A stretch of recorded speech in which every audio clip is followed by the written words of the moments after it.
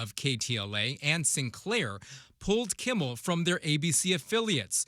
ABC then pulled Kimmel from the entire network, sparking the heated debate over free speech. Are we going to be bullied like that? No! Are we going to be silenced? No! Earlier today, members of Congress and powerful Hollywood unions, including IATSE, Teamsters, plus the Directors and Screen Actors Guilds, rallied outside the Dolby Theater, across from where Jimmy Kimmel Live is filmed. Our First Amendment, our right to free speech, is under attack. So let us call this what it is. It is an attempt at blatant government censorship. This trend is dangerous, it is harmful, it is wrong. The suspension happened because the government was upset with a single sentence in a talk show monologue, and their reaction put hundreds of hardworking union members out of work. This after mounting pressure, hundreds of Hollywood celebrities signed an ACLU open letter condemning Disney's suspension of Kimmel.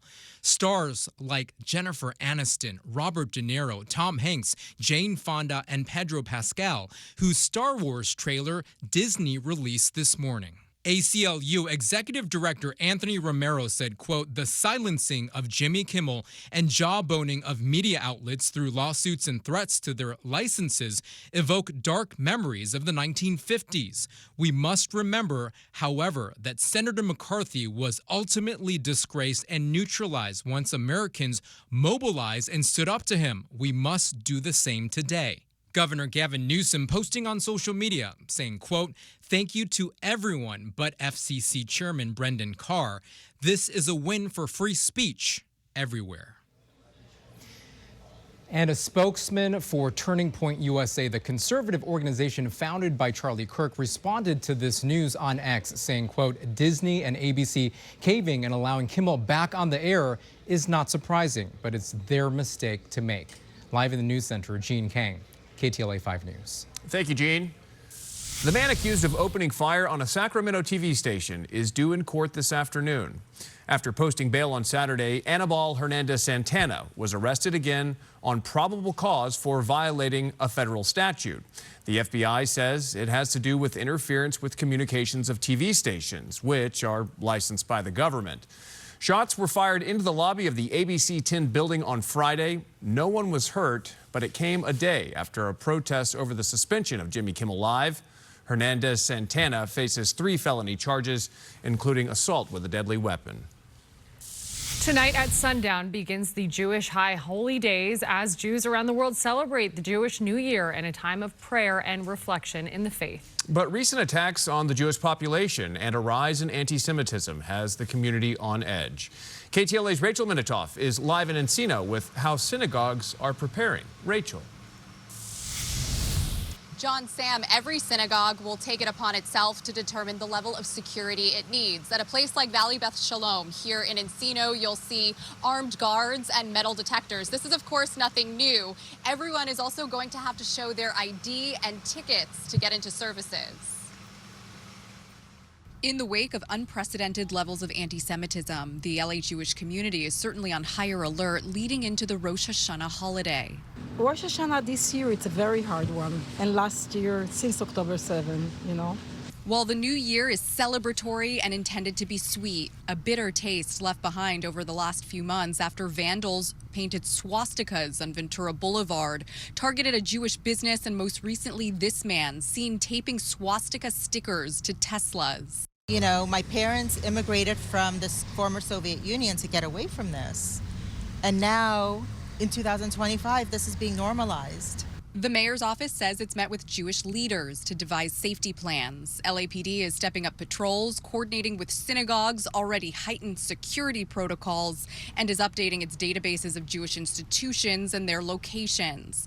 The Anti-Defamation League says the latest FBI numbers show hate crimes are generally decreasing, except for anti-Semitic hate crimes, which necessitates stronger security. So while there's nervousness and apprehension, there's also a lot of vigilance in the organized Jewish community, and there's a lot of community resilience that we're going to show up and we're going to be there. Many people say they're hoping all of these precautions are simply that, safeguards against violence and hateful speech. Your year will be sometimes sweet, sometimes not, but it's always It's a new year. It's a new way to start. And Rosh Hashanah starts tonight at sundown. In the next couple of hours, we'll start to see people walking over to services. And the next significant holiday will be Yom Kippur next week. I should also mention the Sheriff's Department says in LA County, it is also stepping up its patrols. That's the latest in Encino. I'm Rachel Menitoff. John, Sam, back to you. Rachel, thank you.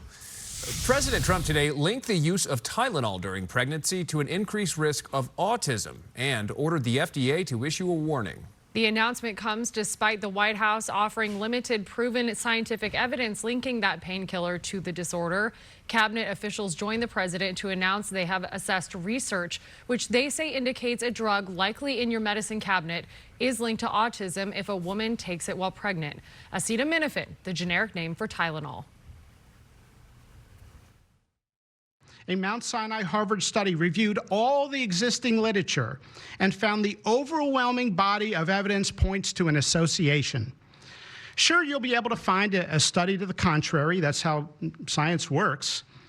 But to quote the dean of the Harvard School of Public Health, there is a causal relationship between prenatal acetaminophen use and neurodevelopmental disorders of ADHD and autism spectrum disorder. We cannot wait any longer.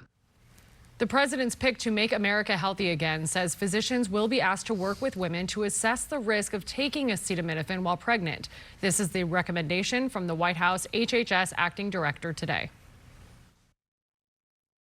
Pregnant women who need high fever or pain reduction during pregnancy should take the lowest effective dose of acetaminophen for the shortest possible duration.